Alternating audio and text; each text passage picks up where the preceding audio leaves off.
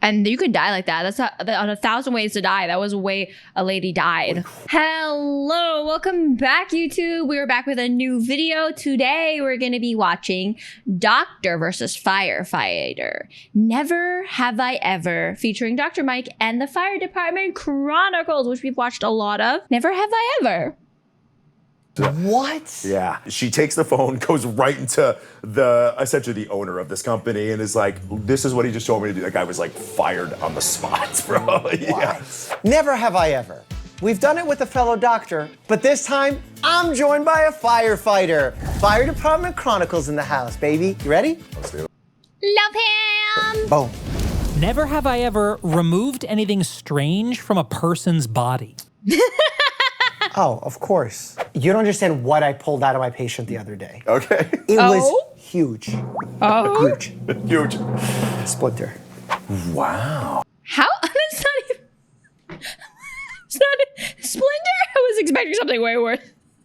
Yeah, I'm You- kind of a buzzkill now. You're complaining. So good thing in my field is anything that goes in the body stays in the body. We're not even allowed to take things out of people. Really? Yeah, if you're in the field. Just in case there's tamponade from the... Yeah, I've ran on guys with 3-foot lightning rods sticking out of their back. They felt What's a through it. lightning rod? Like something that's on the side of a building, or this was actually, I'm sorry, this was a pole that was in the ground and he fell off the roof. What? Yeah.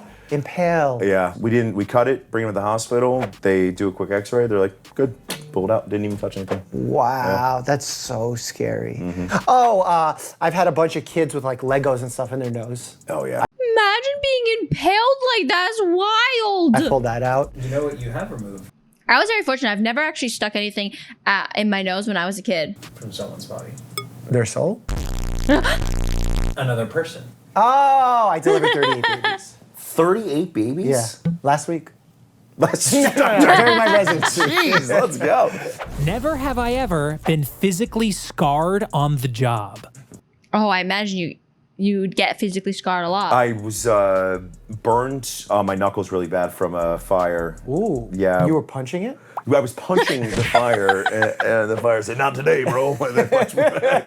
We were fighting a shed fire, a bunch of gas and stuff inside of there, super hot. We came out, and I had second-degree burns on my knuckles that went through Oh, that's so scary. the gloves. Yeah. The only cool scar I have on my body is, hold on a second, which hand is it on? Do you see this on my hand? Yeah. Punch in. I fell on a train set when I was like 5 before coming to America, and it penetrated. What kind of train set was this? I have a few scars, but my most notable scar is this big scar on my foot that I got when I was a baby, when my little brother dropped his glass baby bottle and it shattered and I stepped right onto it. Did I get stitches? No, because my mother is crazy. Bro? Russian. I was gonna say it's gotta be Russian. Russian steel. Never have I ever dated a patient. No. I don't refuse to even date coworkers. Yeah. Let alone patients. Patient would be the worst. No way, dude. Yeah. I've never, like... The stories you know about, like the stuff that especially the Fire Department Chronicle guy, the stuff he's encountered, the stuff he's seen. Like, I don't know, these people are crazy. Gone on scene and been like, oh yeah. That's a good one. Like, no. You shit yourself in the bathtub? Oh yeah. No?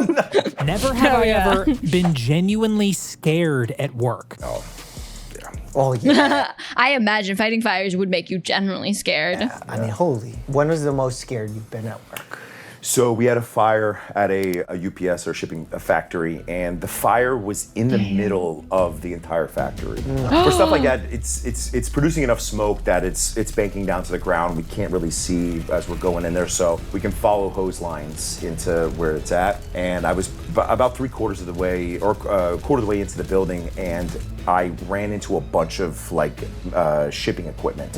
And in that moment, I was like, if this building collapses or something happens, because there's so much smoke around me, You won't even know. yeah, it's going to be so difficult for me to find my way back out of this before everything collapses. So that was probably one of the first times that I was like, I could actually die doing this. In those scenarios, is there any kind of, dumb guy question, some kind of goggle you could put on that allows you to see through the smoke? They are trying to develop stuff like that. okay. But we do have, right now, we have They thermal need more imaging. dumb guys asking good questions, man.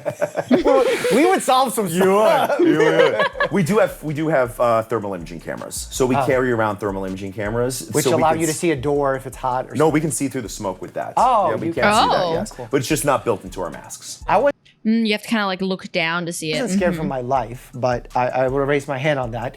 When you're on your first night shift or one of very few first night shifts, as a resident and you're the senior, everyone admitted into the hospital, with the exception of the ICU, is under your care. So any page about any patient Yeah, I mean that would be. It's a different type of scare. You're not scared for your life. You're scared for for other people's lives. comes to you, any rapid response, meaning some medical Scared for the scenario that's consequences. happening with a patient, comes to you. Any code blue is run by you. Anyone Scared that you're gonna make a wrong choice. that comes into the ER that needs to get admitted into the hospital is on you, and it's just you and your junior resident who doesn't know much, who's just there basically helping you out. So there were times when you're like 4 admissions, 2 rapid responses, code blue, you're trying to juggle all this stuff, and you're not doing it perfectly, but you're just doing enough to stay afloat. Yeah, I've dropped off a couple times at hospitals where there's 2 nurses. I mean, very large facility. Like, it's 2 nurses and 1 physician, and there's 15 beds. Wow. Like, this is crazy, man. Like that to me is genuinely insane. That's why we have emotional support animals in the hospital. You need it. You need that. Not for the patients, for us. dealing with it. Never have I ever seriously considered quitting my job. Nope. You did. Yeah, there was a time Yeah. where I was stuck I imagine sometimes you'd be like, I don't know if I'm built for at a this. station with a crew that I did not like. Sometimes working with the worst coworkers just ruins all the enjoyment in your work. And For a long time? For a year and a half. The calls we were running 19, 20 calls a shift, just getting blasted. I wasn't getting no sleep, and then Why, you drank on the job? no, I didn't drink on the job. you're getting No, blast. blasted. Oh, sorry. Maybe that's different to some people. Like, we were getting beat up. I was gonna say, you we're probably getting beat up. shouldn't Yes. What made them bad? You are with someone for 24 hours, and imagine your personality types aren't the same. Yeah, just because somebody's good at the job they're doing doesn't mean you're gonna vibe with them, you know? You don't like vibe on the same stuff. You don't watch the same TV. So it's not that they were evil. No. One of them was. But Say his name to the camera. Yeah, I said to So he knows. Dox him. Never have I ever had equipment fail when I needed it most. I had such a bad one. No, you won't be able to no. empathize. You'll be able to sympathize. I don't know which one is right, but it was a You're an speculum. Are you familiar with what a Oh, not a speculum. speculum Yes, is? okay. So I'm about to perform a pap smear. And as I take it out, and technically you're not supposed to use lubricating jelly on speculums when you're doing a pap because it could interfere with the results of the pap. But if you do put it on a specific part of the area that doesn't make contact with the cervix, it could be okay. So as I'm putting it on, I realize that this plastic speculum has a beveled, broken edge. So that if I went to insert it, it would just slice right through the tissue. And you could die like that. That's on 1,000 Ways to Die. That was the way a lady died. Crap. Can you imagine what that would have been like? No, I'm glad you saw that. And it was because like I kind of touched the edge and I was like, oh, we filed a complaint with the manufacturer, lot number, like a huge investigation happened. So, Holy crap. but imagine just like, because it was razor sharp, like, like thick plastic when it slices right at that angle. Oh, We were on a fire, and I'm pumping this fire from the engine, and we're pumping one of the hoses. They say we need a second one because the fire's when you starting say to spread. pumping, I don't know what actually that Oh, sorry. So I don't actually know what pumping a hose is either. that opening the. So when we pull up on fires, we have a pump that's inside of the fire engine that we turn on through what's called a PTO system, and it spins and it pushes the water out at the pressure. So it's just a button, or like are you manually? No, I have to pull open tank to pump is what it's called, Got and it. then the engine spins and then it Got pushes it. out through Okay. discharges. So I'm pumping one of those out. Everything's fine. They say we need a second line, a second hose because we're the fire's spreading. So we go to pump the second one, and the pump just starts to fail. So there was an issue with it. There was a hole in one of the intakes, and it was pulling in air. Yeah. So it wasn't a sealed So it system. wasn't- So both of these. It's like a pneumothorax, but inside of, That's a what we were pump. screaming. We were like, "It's a pneumothorax!" No, I'm Really? scared. Oh, I was about to say sick. Come on. We got a pneumothorax. It happens with people, not even the hole in the hoses, if there's no hydrants available. Like you live in an area where there's enough hydrants, you wouldn't even think about this. You go to rural areas, they don't have hydrants. Yeah. So what happens? You have to start bringing in water tenders. You start bringing, with big tanks, we start bringing in water and they'll pump out of the water tender into Is it true that if a car is parked at a hydrant, you just go through the window? Yes, if they're parked in front of our only hydrant, we're gonna go through your window, yeah. I mean, that makes sense. That's why you don't park in front of a hydrant. Never have I ever been blamed for something that wasn't my fault. Oh, I got a really good one. When you're a med student, a lot of times you're sent into the exam rooms, especially in the ER, to interview the patient and then present to the junior resident, who then interviews the patient, presents to the senior. And I would go in, talk to the patient, Oh my God, so many interviews. ask some pertinent questions that are important to the case. They would answer them. I would go present it. And then when the resident would go in, they would tell a different story. And the resident would be like, bro, What? like, you shouldn't lie about what you asked. I'm like, are you kidding me? Oh my And I went God. to take the person and be like, tell them the truth. Why would you tell me something different than the other person? Were you just lying to me because you knew I wasn't important enough? asked you this question.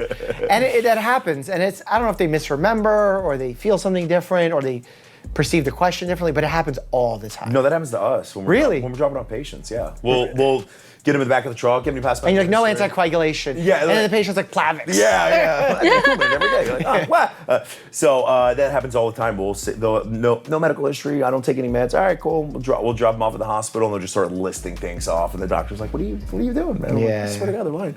Never have I ever Did they just suddenly remember that they're on so many medications? had someone refuse my help when they really needed it.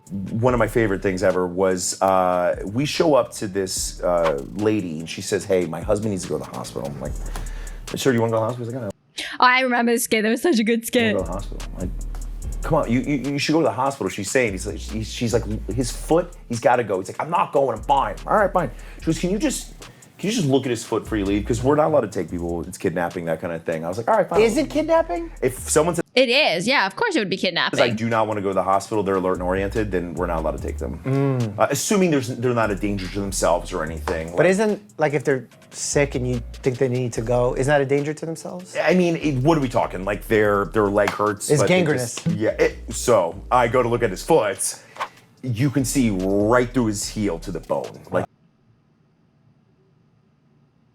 you can see the bone. I was like, Deep DQ. oh no. I was like, dude, you need to go to the hospital, man. And he's like, really? You think I need to go? I was like, oh my God. So, Probably diabetic scenario where he's Yeah. burned off his nerves. Yeah. Because He doesn't feel it. Yeah, that would make sense. in diabetes, you have high sugar levels in your blood, which can impact inflammation levels, damage these peripheral small nerves that give sensation to your lower extremities and your fingers, which is why uniquely in diabetes, there's a scenario called hand stocking syndrome, hand-foot stocking. Stocking glove neuropathy refers to the symptoms of peripheral neuropathy that causes numbness, weakness, or sensory changes in the hands and feet.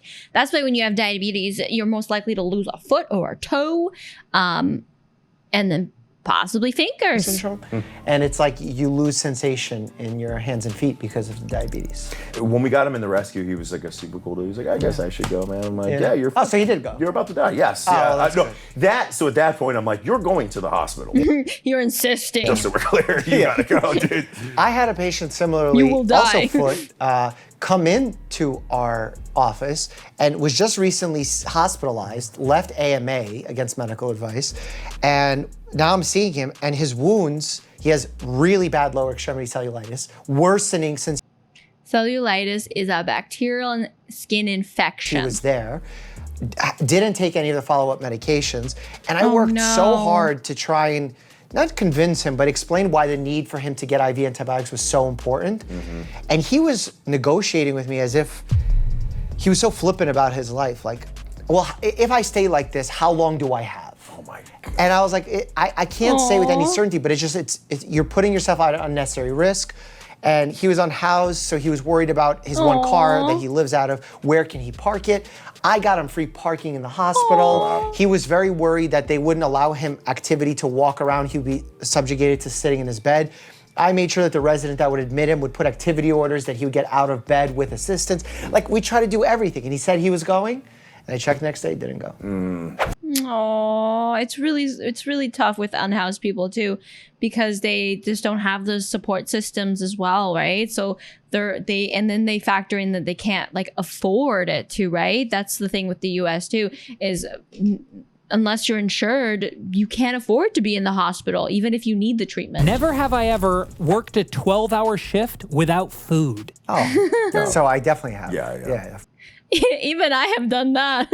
course. I've gone 18 hours without eating on a shift. Right, I'm sure you have too. Yeah, I've definitely gone long periods of time where I'm not eating. When we go to these, the hospitals, they're cool, they have EMS rooms, so they'll have little snacks. Yeah, like you I just can throw in jam there real something. fast. Yeah. But definitely not a proper meal. No. That's a big thing I hear from a lot of nurses, is like they just don't eat for 12 hours or 16 hours. Like, that's crazy. Yeah. Never have I ever yelled at a coworker like Dr. Robbie on The Pit. I yelled. Yeah. You yelled at somebody? You strike me as such a nice guy. So I've yelled at people, but not coworkers. calm, chill. God, you're the first person to ever say that about me. That's insane. We were arguing about something that happened on a call. Neither of us were very happy about it. And once I start rolling, I become quite passionate. Okay. It was, A little passion is good. yeah.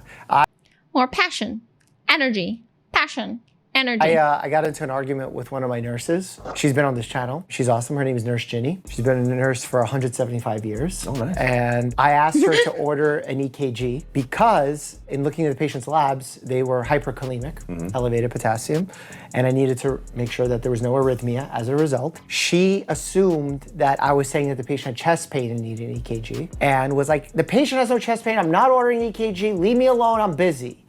And I was getting really mad. I said, you don't understand why I need an EKG. I need an EKG. She's like, you're always bossing me around. I'm not getting an EKG. You don't need an EKG. There's no chest pain. And then my boss came in, he settled it, and we're okay. Oh, that's good. But we had that mom-son relationship. Yeah. Where she was my mom. Yeah. I wasn't hers mom. Never have I ever thought a coworker should be fired. Ooh, I have definitely thought a coworker should be fired. I think at all points in time, and some point in time. Yeah, which one? Say the coworkers. Who would say the name, full legal name? Hey, Dawson? bud. Let's get him. Let's get him out. Let's get him out. When I was a med student, I was rotating through all sorts of different medical hospitals and clinics. And I remember I was on my surgery rotation and I was scrubbing into a procedure. I believe there was a small tumor identified in the chest cavity. And we were going in to take a biopsy of it. And the chief resident was in the room along with the attending. And they started operating and they're being very casual. All of a sudden, the resident goes, shit. And the surgeon goes, what? He goes, I think I may have nicked the heart. And everyone freaks out. He's like, no, you didn't. Step over, no, you didn't. And they're like, you can't really see, it was really bad access. So they're feeling with their hands, they can't tell, the blood's pouring out, we can't tell if it's just a bleeder or he actually nicked like the pericardium. So we're freaking out, no one knows what to do. And he's like, that's it, crack him. So right then and there, crack the side of the ribs, open up the chest fully, convert it to open. Turns out it was just a little bleeder, didn't nick the heart. And here's where the bad part is, because everyone's allowed an error. That's human error. It's part of the risks of going for the procedure. The chief resident was really upset, and the surgeon very arrogantly goes, what are you upset about? Well, this guy works for UPS. You get disabilities, you should be chilling. And I was like, wow, man, you f***ing lost your humanity. Like, Yeah, like, I'm sorry, even if you'd be chilling, you now ripped open his rib cage because you thought you made a mistake that you didn't make the mistake. full on, gone. You see people get burnt out in the medical field or in all fields, but and it's a sad day to see that, man. Just to lose that humanity. No, I had a supervisor. I was working for an ambulance company, and the supervisor decided he could control the overtime and when people could get it or not. So this girl comes in. She says she wants the overtime or wants to be on a specific truck, and he says, "Okay, here's my phone. You go in the bathroom and figure out what you want to do with this phone. And if the pictures are right, then I'll give you that." What the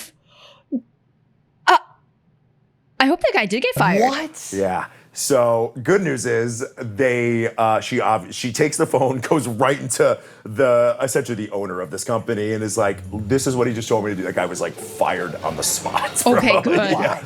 Bro, Yeah, like that means if that comfort level was there, he's doing that before. Oh yeah. Oh yeah, for sure, for sure. Yeah, just openly, like, here you go. But I'm glad she went right into the person. Good Well, cheers to her girl. Yeah. for standing up for herself. Yeah. Never have I ever laughed at work when I probably shouldn't have.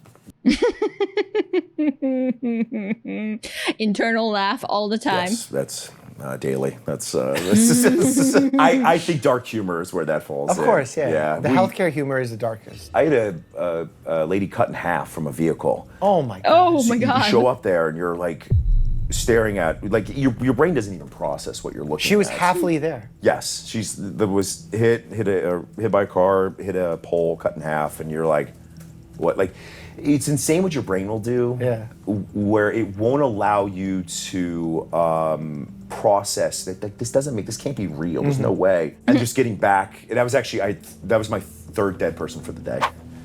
Damn. And you're having 20 calls in that. Yeah, so I got back to and I was like trying to write the report, and my captain was like, "You good, bro?" Like, I was like, "I'm alive." Like, we both just started laughing, and that was it for the day. So You have to maintain your own sanity. Yeah. You find have to space laugh at it in sometimes. otherwise dark places. Yes. So that's very understandable. Yeah, like I've had patients tell me a dark story, and the way that first I have a good rapport with the patient. Yeah. And they tell me a dark story that, like, they should not be telling as sarcastically and flat as they are. Yeah.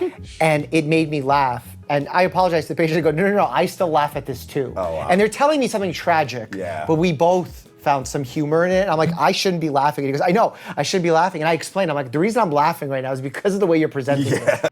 Sometimes it's not even about what is being said, it's about how they're saying it. And they go, no, I totally get it. So thank God.